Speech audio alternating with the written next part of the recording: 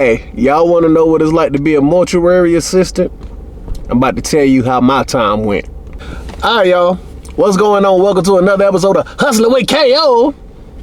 I'm going to start a new series.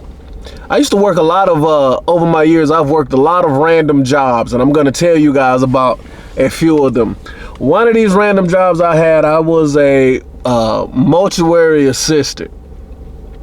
If you guys don't know what the mortuary assistant is, the mortuary assistant is the person that gets called when somebody passes away. When somebody passes away, a representative from a company comes out, and we are responsible for, y'all, I just saw this big bug flying. I thought it was in my car. I got scared for a second.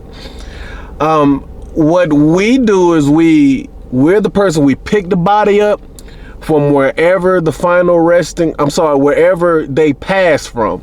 And then we're responsible for taking the body to the funeral home. All right. So there's a few different types of calls you could get. Hold on, let me back up. There are like 3 different types of locations that you pick a body up from, right? You have the hospital. The hospital is usually the easiest because there's like somebody there to help you a lot of the times. There's the nursing home, and then you have a in-house death. The nursing home isn't quite as easy as the hospital, because in the nursing home, all of the nurses that cared for the decedent, that's what you call the person that passed away, the decedent. A lot of times the person, like the nurses who took care of mama or whatever, they're in there and they're all just kind of standing around you, and they want to make sure that you're treating the body with care, right? So if the person passes away at a nursing home, let's say if they're in the bed, then I will pull up, I have my van, and it literally looks like a minivan with just a gurney in the back, and the gurney like goes on these tracks or whatever, right? And you go in, and let's say if the person died on the bed, then what I would do is I'm gonna put the gurney right next to the bed. I'm gonna adjust the height, and then you almost like wrap the person up in the sheet, and then you slide them over on the gurney, make sure they're covered up, and then you wheel them out. I never even got a chance to do a home call. A home call, from what I hear, is really difficult because let's say if the person passes away upstairs, and especially like if they're kind of large, right? Then you got to figure out how to get them downstairs while the family is still around. Now, from what I hear, you could call the fire department and you can ask for what's called a lift assist. And a lift assist is, fire department comes out, they send a couple representatives out, and they help you lift the body up and get it close enough to your gurney to where you can get the body out of there. Let me tell you what made me so grateful about this job is you realize how fragile life is. There would be times, y'all, the first body I picked up, I had to pick up a lady from the nursing home, right? And what's wild is they were in a split room. So the only thing that was separating the 2 patients in this room was a curtain. So an elderly lady on the other side of the room, she could hear everything that's going on. So she hears us coming in to pick up this body and the conversations and everything that are being had. So I picked this lady up, we put her in the van, and I drive her to the funeral home that's gonna have her service. Y'all, when I walked in this funeral home, there were probably like 8 or 9 bodies that were already in there. Some of them were like kind of propped up, sitting up. And then I look over to my right, and I see a young man laying on the table with a bullet wound to his head. And I just said, wow, this kid looked young, y'all. He looked young. So that was kind of my, like, oh, this is real, moment. It made me grateful because you realize that somebody's gonna be picking you up one day, and so you just try to handle the bodies with as much care as you can.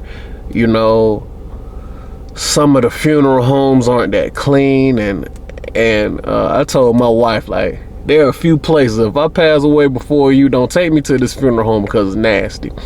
Now, okay, like, the most disgusting part of the job, of course, it is dead people have an odor. They all have a certain smell, and when I get there, they're not already in a body bag unless you pick them up at the hospital. If you pick them up at the hospital, they're already in a bag.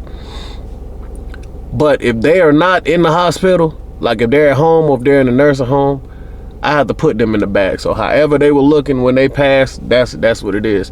And also, when I say they all carry an odor, when you pass away, all those gases they release. So when I tell you all people that pass away smell exactly the same, and I can't explain the odor. It's just if you smell it, So I'm the one that puts them in the bag, and takes them to wherever they have to go.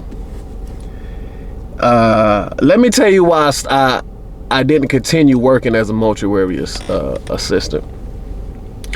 I had to quit that job because at the time my daughter was just being born. So my daughter be 2 in December. When I was working this job, she was a newborn, right? I'm talking about new, brand new. So I want you guys to imagine, like, death doesn't come at a convenient time, right? So you're an on-call mortuary assistant. That means whenever somebody passes away, and I think the territory that we had was Alamance County in North Carolina. So that's basically Burlington area, for you guys that know the area, right? I didn't realize how often people died until I had this job, right? So death calls would never come at a convenient time. So I want you guys to imagine me with a newborn. They're only sleeping 2 or 3 hours at a time, and I need to be able to give my wife a break, right? But then I have death calls all the time. Death call 2 a.m. Death call 1:30 in the morning. Death call 4 a.m. in the morning.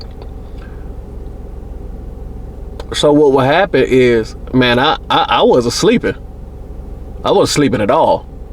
And there would be times, guys, that I would complete a death call, and I would come home. I would get undressed, because when you go to service the bodies, y'all, you're not going in a like a hoodie and some sweats. You gotta be presentable. So you're putting on like suit.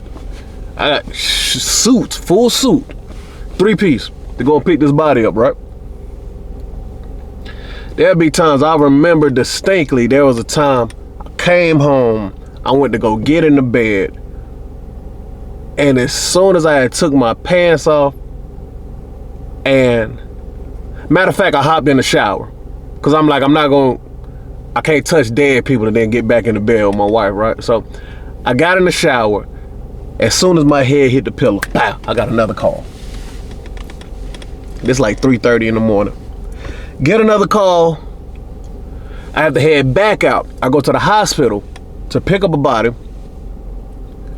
Hospitals, the pickups are easy, but the wait time can be long, because like if the body is in the morgue, sometimes you have to wait for the person that's working in the morgue to come and release the body.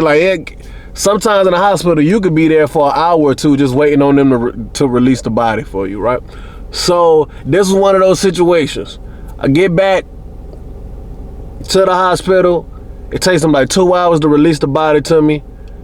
I make the run, I take it to the funeral home. I get back home, y'all. Lay down. And my wife is telling me like she hasn't had any sleep because my daughter had like a rough sleep at night. I'm about to go to sleep. My daughter started crying. I got to get up and give her some milk. And that's how it was. It was constant. It just never stopped. How was the money? The money was pretty good.